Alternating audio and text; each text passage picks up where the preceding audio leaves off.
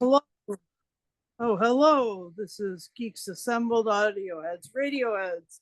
And the reason I call it Radio Heads is because one of the people who watches our um, podcasts is the very fun and talented Lisa Bowerman. And she did a shout out for us in the autograph room is what it's called at Long Island Doctor Who. And so I'm just really willing to change our name to Radioheads for now. And also because it's a really great band. Anyway, yeah, so I had a great time this past week. I'm back. I thankfully I was gone for a couple of weeks. I went to family, and then I went to Long Island Doctor Who, and I got to interact at some length with Caroline Ford, who she is the star of this week's adventure, Susan's War. And Susan's War Grandfather Time is what we're reviewing this week. And so that's the lead in and opening thoughts. I'm just gonna push it right on over to Lee. Who's the star of this, Susan? Remind me. Her name is Caroline Ford. I don't think I've ever heard of her. Oh, I'm sorry. She's a fantastic actress. Yeah, she is the original. I'm still going strong. Uh-huh. Yeah, this is the third Susan's War set. With two stories in this, The Last of the Kaleds and Voord Alliance. We also get Jonathan Carley again from the last set as the War Doctor. Amazing job. Oh my gosh, brilliant. Of just channeling the character, the essence of John Hurt. Like naked civil servant kind of era, John Hurt, right? Yeah, because the going by the picture on the cover, he is the younger version of John Hurt. So yeah, you would say when he was younger. This is directed by John Ainsworth. Both stories was it written by David Llewellyn and Andrew Smith. This is an odd set for me because you know me and Daleks. Yeah. Yeah, and I know Big Finish have really done great things with Daleks. What the TV series just seems to lack. But this one, The Last of the Kaleds, didn't really do it for me this time. I'm not knocking Caroline Ford. I'm not knocking Jonathan Carley or anybody like that. The acting is superb. The effects are amazing. I think it was just the story didn't keep my attention. Was it the writing by David Llewellyn? I don't know. I don't really want to say it. You know, but no, but it did. Let me ask you. I can't put my finger. This is about the Kaleds. Not really the Daleks right away. You know, it doesn't. Okay, so go ahead and let me. It's strange. I can't really put my finger on why it just didn't grab me. Okay. I think, to be honest, when I was listening to it, I was thinking to myself, "There's too much talking. There's not enough things happening." Huh. If you know what I mean. But yeah, I can't knock the acting. You know, the Big Finish always get great actors. top-notch actors, direction and stuff like that, and the soundscapes are amazing. But for me, the story was just lacking slightly for me to pull me in. Second story for me was a bit better. The Voord Alliance. Andrew Smith, who is known for being one of the original classic writers from way back in the day, Full Circle. This one was more. I got more involved in this one because we don't often get Voord. We've only had the Voord a few times in the past on audio. Yeah, great characterizations in this. But for me, it's the as the other story. It's the way Susan and the War Doctor work together. The way they they're at loggerheads, like Susan was with her grandfather in the original back in the 60s. There was always at loggerheads, but they loved each other.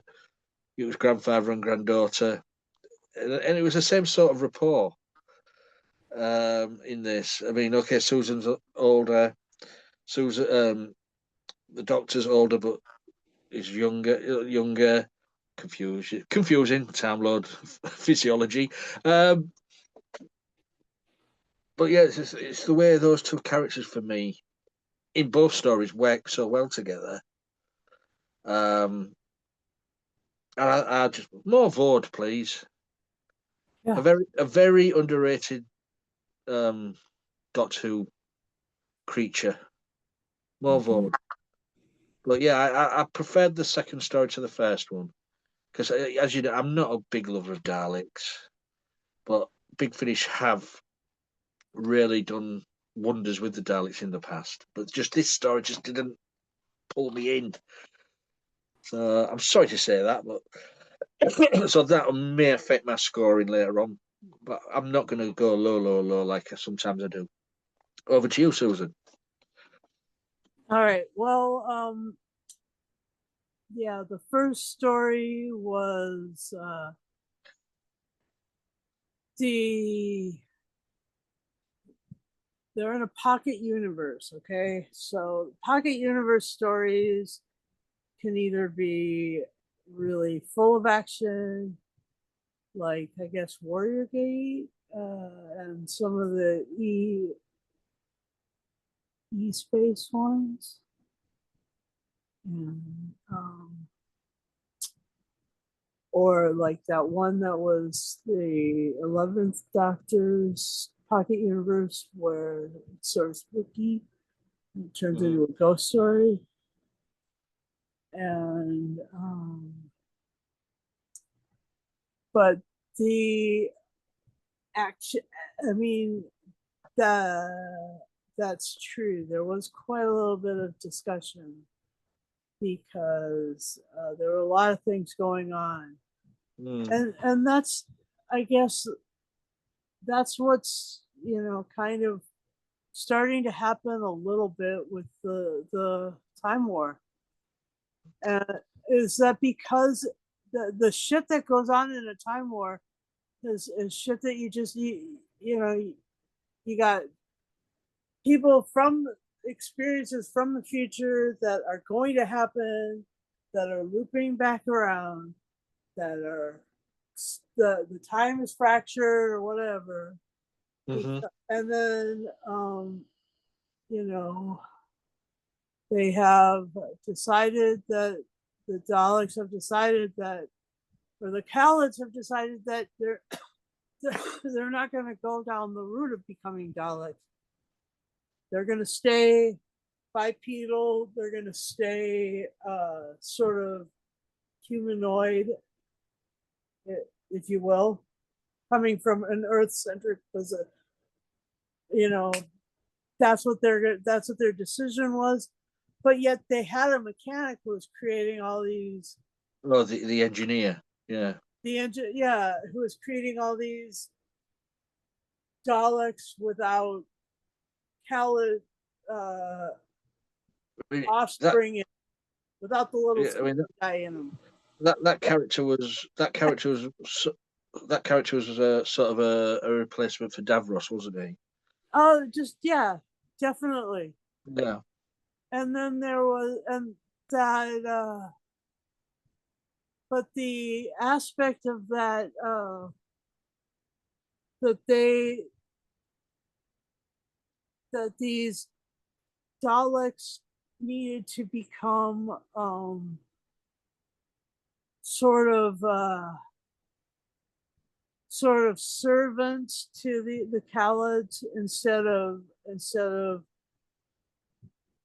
their eventual, next phase of life.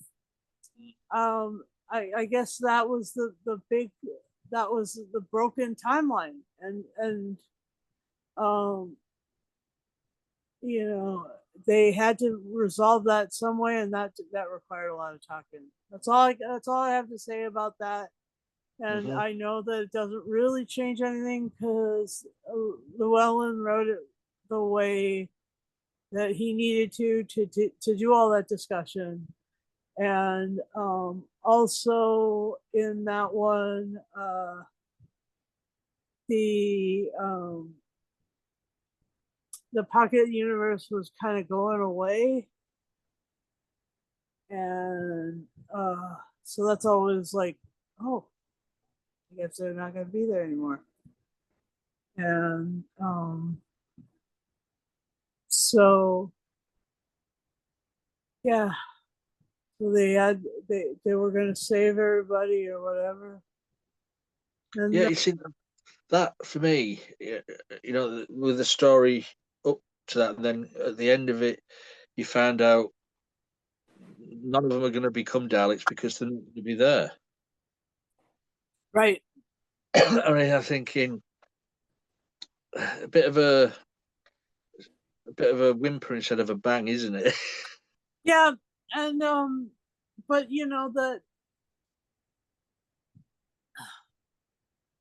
the middle of the Loki second season, I think it was, where there just wasn't much happening.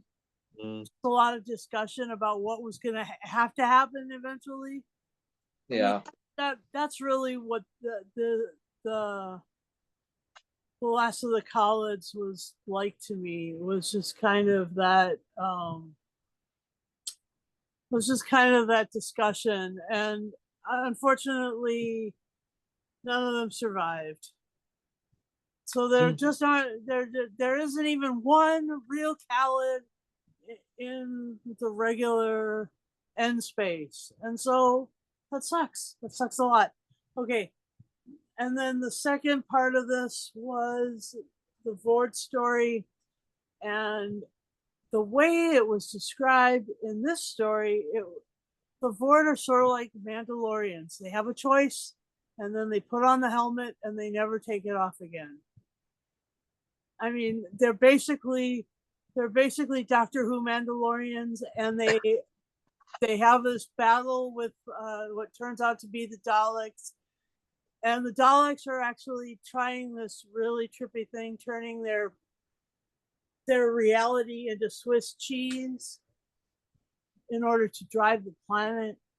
They're always trying to drive planets, which mm. is, you know, um, I think that they constantly overshoot that. And you'd think that if they thought they were the supreme beings in the universe, that they would quit fucking that up, but they keep doing that.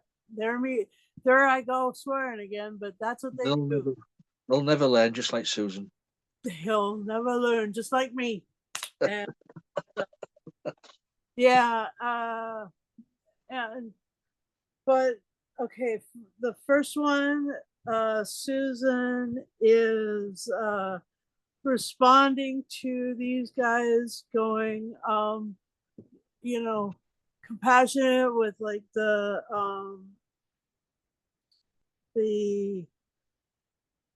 enclave, uh the Never Scarans and stuff like that, and like the challenge of her challenge of being a diplomat in that case. And the next part was her being a badass. That's all. I mean, because she ends up kind of pushing some Voord around and pushing some Daleks around, and so in that she it's like what the after the Daleks or after the war, whatever that earlier Susan's story was about what she was like when after David had died and she was stuck on Earth, and she just had to push a lot of Daleks around and fuck shit up that way. So she was so that was great. And she really befriended Cardinal Rasmus, and so that was great. And she had a lot of compassion for the Countess, and she had lots of and Karita, the other guy's kid, Yeah. The other guy's kid decides to stay with the Voord. So I mean, yeah. And so all of that to say that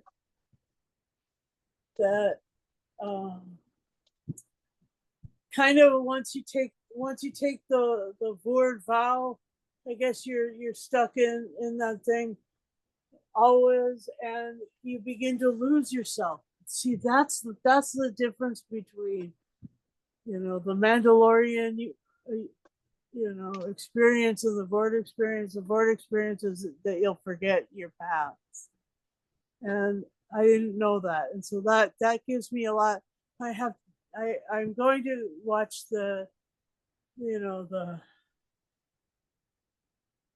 Voord episodes from the first Doctor again. Cool. Yeah, the Keys of Marinus is next on my watch list, and so yeah, and I was just watching.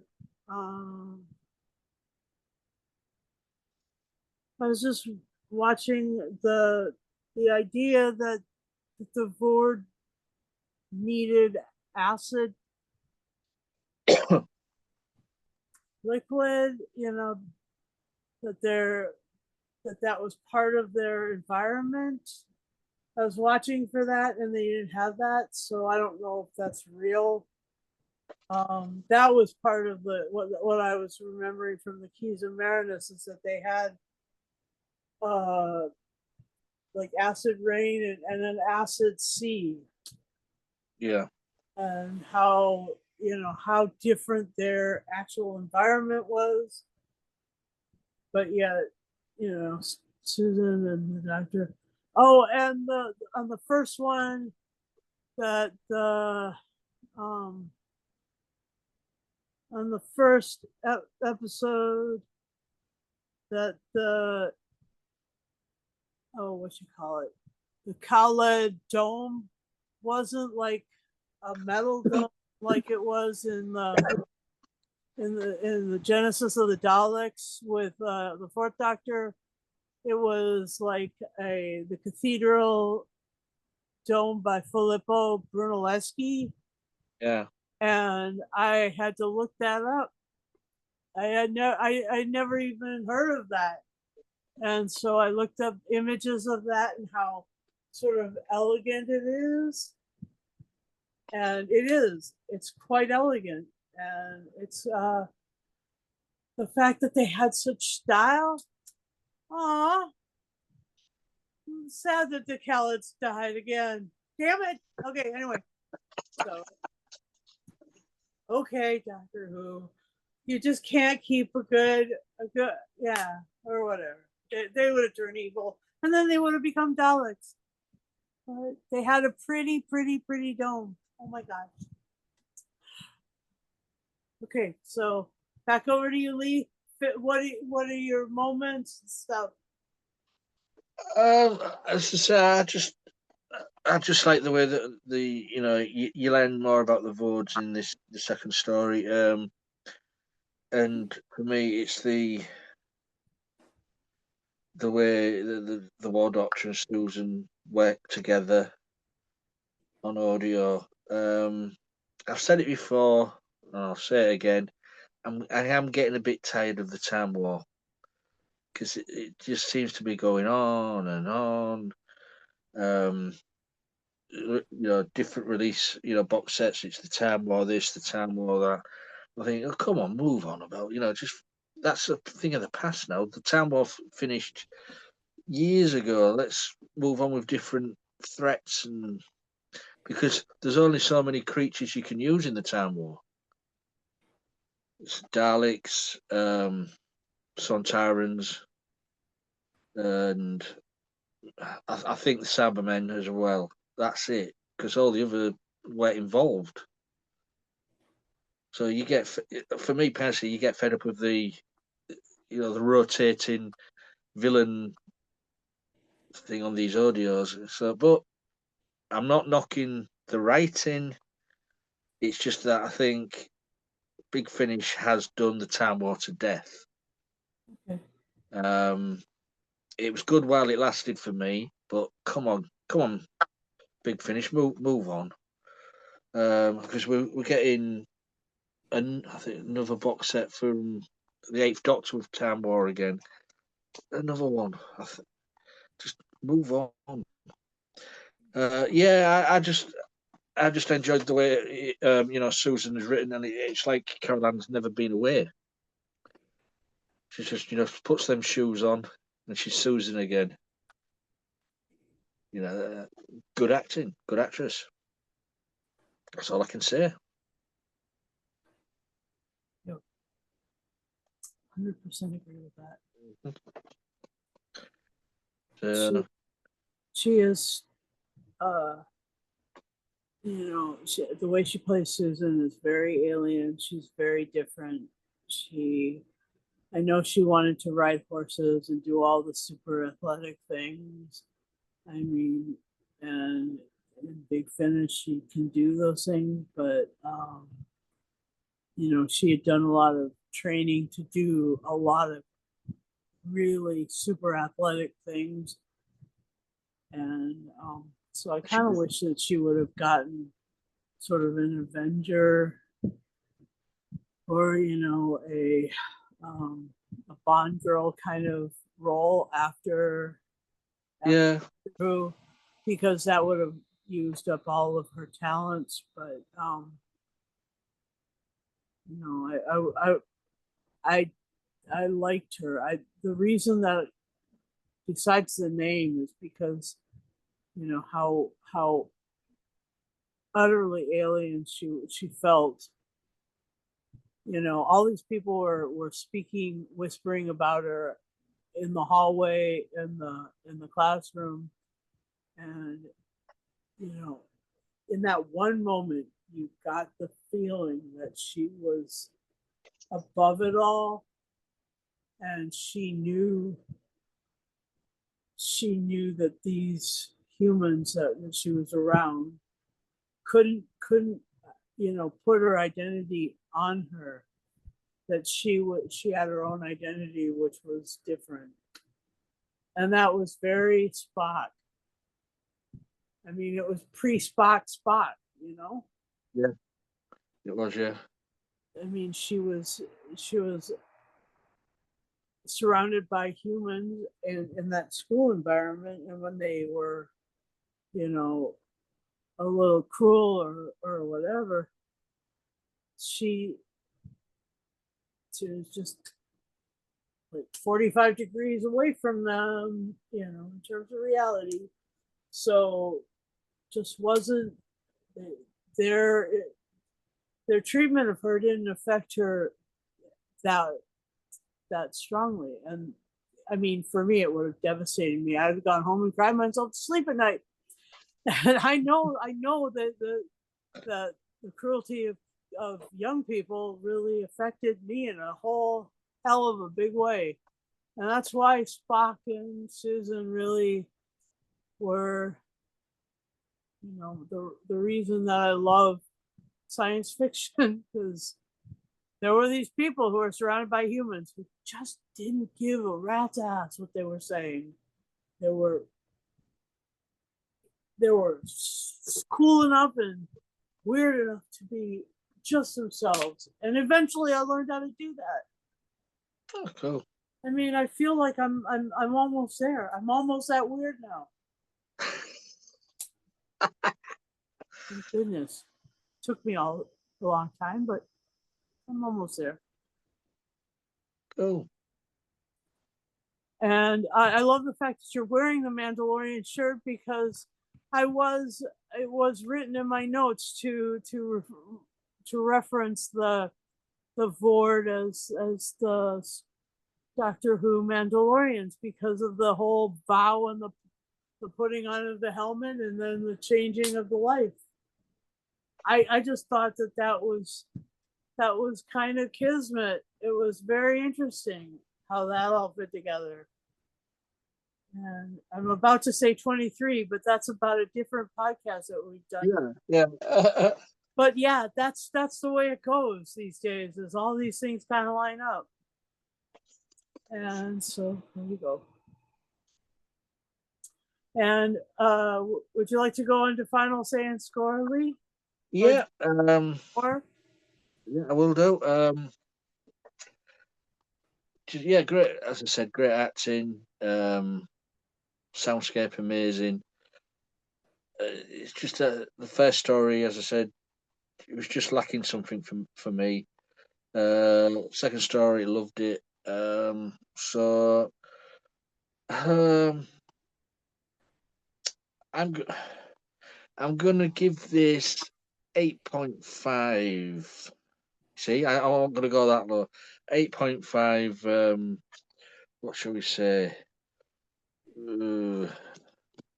Voords out of 10, because I love the Voords. mm-hmm. I do. Well, it it isn't. I wouldn't think that Lee wouldn't like the Voord because of all the rubber and latex and stuff like that. But Oh dear. let's see. So the one that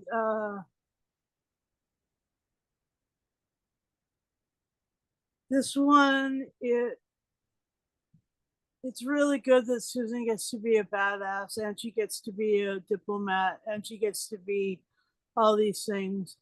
I know that eventually, I love that in the Unbound universe, she was the Lord High President of Gallifrey. And so I love that this character has a lot of different qualities to her, and that she's as striking a character 70 years after the show was founded, and she's got it all going on. And I really do. I like Voord, and I like Kaleds, and I like the Doma Brunelleschi. I like the fierce war doctor character, and Jonathan Carley. I haven't mentioned him, but yeah, he just captures that young John Hurt feel so well, and he doesn't really sound like that IRL, but he captures him. So for all those amazing reasons, I will, you don't even have to think about what I'm going to give it. I'm going to give it 10 out of 10 10 out of 10 palette domes, Brunelleschi domes. And I just think that, you know, if you're gonna have a dome, you might as well have one that looks like that. That's freaking gorgeous. We know what you're like with roofs. I do like roofs too. There's a couple that I'm a little hung up on, you know. But I'm also into aliens, and so that's why I love Doctor Who, and I'm always gonna love Doctor Who. What was cool about this last Long Island Doctor Who convention was that I got to meet Caroline Ford. Joe Martin was there, and also there was a lot of discussion about the Eurovision Dugadoo, and then the episode, you know, talking about the what is terrorism, what people represent what, and I'm just really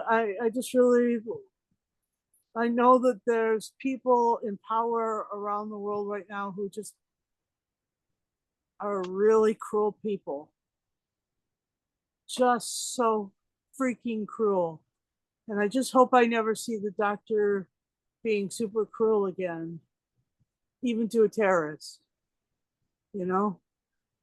Yeah, there were a lot of people whose lives were held in the balance, but you know, part of that would have been exile. And I don't know, it is confusing, you know, the whole colonialism versus and stuff. And then there's also that's really what the Daleks are doing too. So that's, I guess, why there's a time war.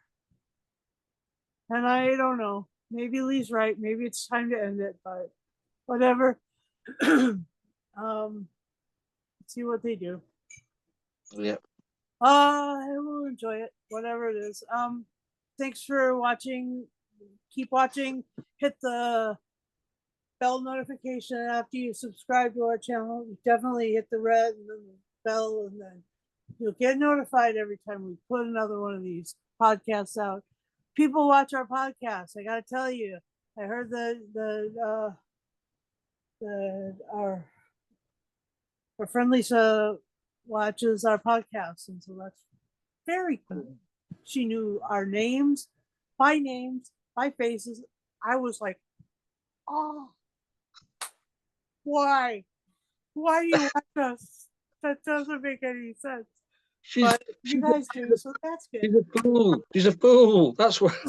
Because I guess because we're cool. That's right. Right.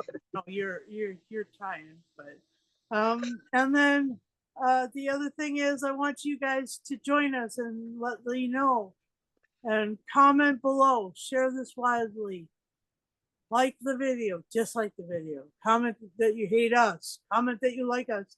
Just let us know, because we don't give up on this, because we enjoy the heck out of podcasting. And yeah, we're not gonna let the side down. We'll be here forever. See ya on in another week, and thanks for watching.